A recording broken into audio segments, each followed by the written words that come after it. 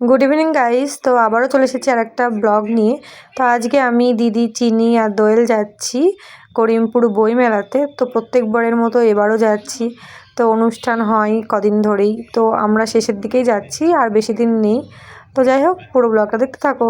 তো গাইস, দোয়েল কিছু একটা দাবি জানাচ্ছে, কি বলে? এবার মানুষ কয়েক প্রকার, মানে স্মার্ট না, কিন্তু নিজেকে স্মার্ট মনে করে।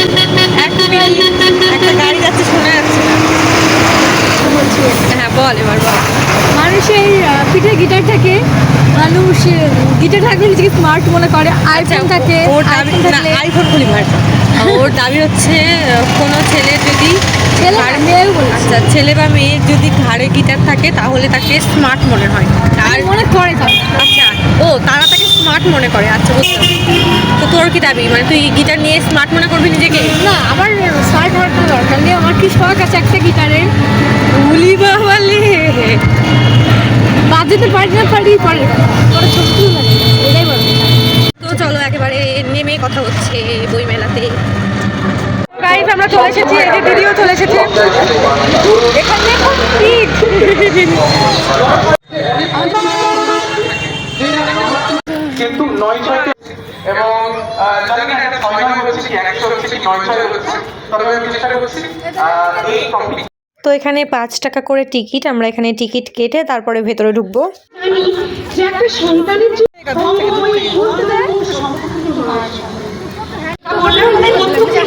তো আমরা বইমেলার মধ্যে চলে এসেছি। সুন্দর লাইটিং দিয়ে সাজিয়েছে।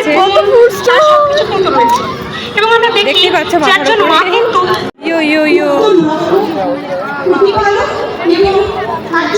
সমন্বয়কারী বক্তব্য। প্রত্যেক আমাদের দেশে এবং সমাজে মায়ের ভূমিকা ছিল অমূল্যবান।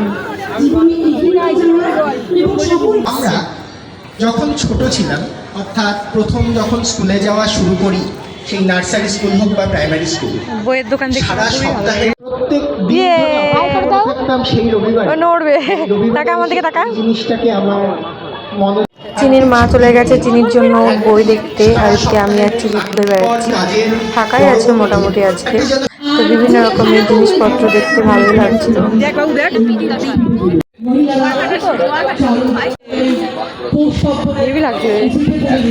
আরও প্রকৃতি মধুর হয়ে তুলুক এবং উৎসবকে কেন্দ্র করে মানুষ একটা মিলন উৎসবের মধ্যে দিয়ে একটা সুন্দর পরিবেশ সাজিয়ে তুলুক, এই বলে আমি আমার বক্তব্য শেষ করি।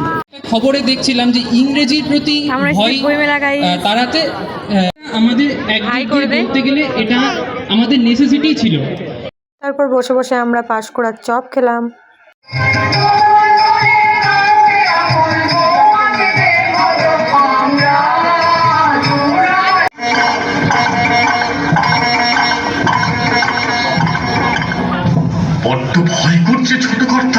তো একটা নাটক দেখার পরে আমরা আর কয়েকটা স্টল ঘুরে বেরিয়ে আসি, কারণ অনেকটাই রাত হয়ে যাচ্ছিল। তারপরে আমরা বাইরে এসে মোমো খেলাম, দেন খেলাম পাপড়ি চাট, খেয়ে বেরিয়ে পড়ি বাড়ির উদ্দেশ্যে।